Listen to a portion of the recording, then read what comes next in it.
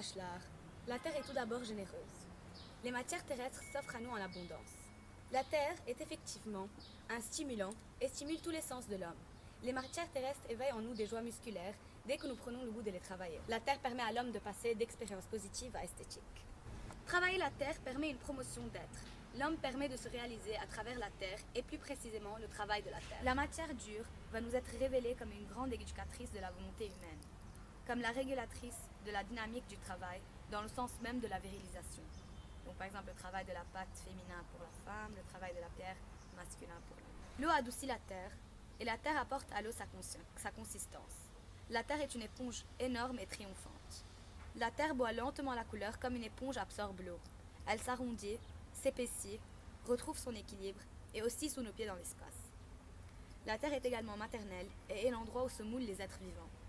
La terre permet aux plantes de fleurir, elle est putréfactrice et génératrice. Les bains de boue ramènent également aux puissances matérielles de la terre maternelle.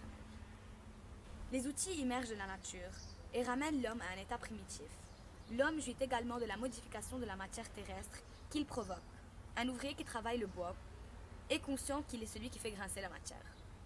La nature est apaisante. Dans le livre de Virginia Woolf et l'imagination de l'arbre, Orlando sent son cœur s'apaiser alors qu'il est appuyé à un chêne. Le chêne contient et renferme le repos, alors que l'homme renferme la liberté. La terre est transformatrice. Effectivement, rendu ainsi à la nature, l'homme est rendu à ses puissances transformantes. Un bon exemple serait Robinson Crusoe, qui vit de façon laboreuse et industrieuse. Dans la solitude active, l'homme veut creuser la terre, percer la pierre, tailler le bois. Il veut travailler la matière, transformer la matière. Alors l'homme n'est plus seulement un philosophe devant l'univers, mais devant une force infatigable contre l'univers, contre la substance des choses. L'homme est poussé à la survie. La Terre nous invite aussi à considérer les réalités matérielles premières telles qu'elles nous sont offertes par la nature. En effet, elle nous invite donc à exercer nos forces et nous fait revenir vers nos fonctions dynamiques, notamment le travail des mains. Elle mène au travail manuel et permet, dans le cas de variété de matériaux, de développer nos forces premières dans les muscles du travail. C'est ce qui mène ensuite à la création. Tout ce que l'enfant retient du musculaire se traduit dans ses œuvres réfléchies. La Terre est également échappatrice.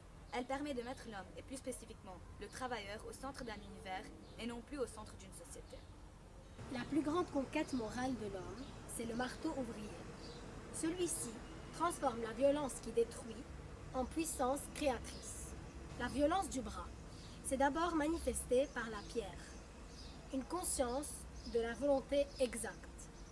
L'outil a régressé pour devenir une arme. Il est rendu à l'aveugle volonté de détruire. Les outils et la matière causent l'asthme du travail, qui est lui-même au seuil de tout apprentissage. L'être du travailleur est renouvelé par une sorte de conscience d'outil, par la volonté du travail bien outillé. La main engagée dans son travail ne craint plus la brûlure. L'épée forgée et trempée dans l'eau, avec tous les rêves de la forge, est une matière d'héroïsme. Elle est légendaire dans sa substance, avant même d'appartenir au héros, par exemple Excalibur. Lorsque le soleil se couche, le rêveur oblige ce dernier à s'écraser, à s'enterrer. Le rêveur finit sa journée en prenant conscience de sa force qui domine l'univers. Mythiquement, le forgeron trouvait des remèdes dans la cendre. Le métier du forgeron, c'est un métier complet. Il implique toutes les rêveries. La rêverie du métal, du feu, de l'eau et de l'air. Le forgeron est souvent l'intermédiaire entre les hommes et les dieux. Dunézil cite des mythes où les dieux s'adressent aux forgerons comme aux possesseurs du plus grand feu. Un grand songeur voit le ciel sur la terre. La main de rocher a toutes les menaces d'un ciel orageux.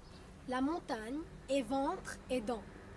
Elle avale les eaux d'orage et le bronze même des tonnerres.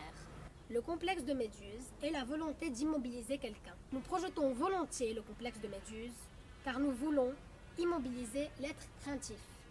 Bachelard parle du mythe de Sisyphe en disant « Un rocher qui reçoit un si prodigieux effort de l'homme est déjà homme lui-même ». Pour l'alchimiste, l'univers est divisé en 3 règnes. Le règne animal, le règne minéral et le règne végétal. L'un nourrit l'autre. La nature est très généreuse. Dans la terre, l'or mûrit comme la truffe. Cependant, c'est lorsque l'aura connu à fond le mal de la matière qu'on pourra s'éliminer de sa racine. Pour savoir faire les métaux, il faut savoir les détruire. Parmi les puissances minérales, on a la puissance du sel. Le sel est un principe de purification. Il maintient les choses et maintient aussi la vie. Il est le centre de la matière. Le métal et le minéral appellent aux aventures et à l'exploration. En initiant la pierre précieuse à l'étoile, elle prépare les correspondances de ce qu'on touche et de ce qu'on voit. Les gemmes sont les étoiles de la terre et les étoiles sont les diamants du ciel. Tandis que l'argent nous rend socialement puissants, le bijou nous rend oniriquement puissants. Le saphir est une matière céleste, tandis que le cristal est une pierre lumineuse. Le diamant, par contre, a une force universelle, une force cosmique. Il a une volonté de domination. La contemplation d'un pur diamant éveille une pure sérénité. La rosée et la perle. La rosée, au point de vue imaginaire, est le vrai cristal de l'eau. Avec la rosée céleste, soigneusement recueillie, ou retrouvée dans la pierre philosophale, il espère obtenir une astralisation de la pureté. Pour bien comprendre la masse de la montagne, il faut rêver de la soulever.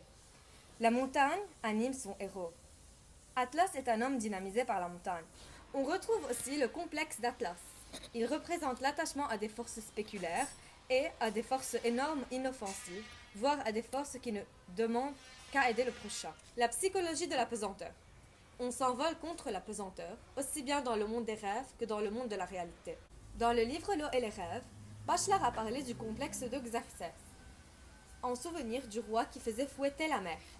Dans le même style, on peut parler d'un complexe de Xerxès, qui provoquerait la montagne, d'une sorte de viol de la hauteur, d'un sadisme de la domination.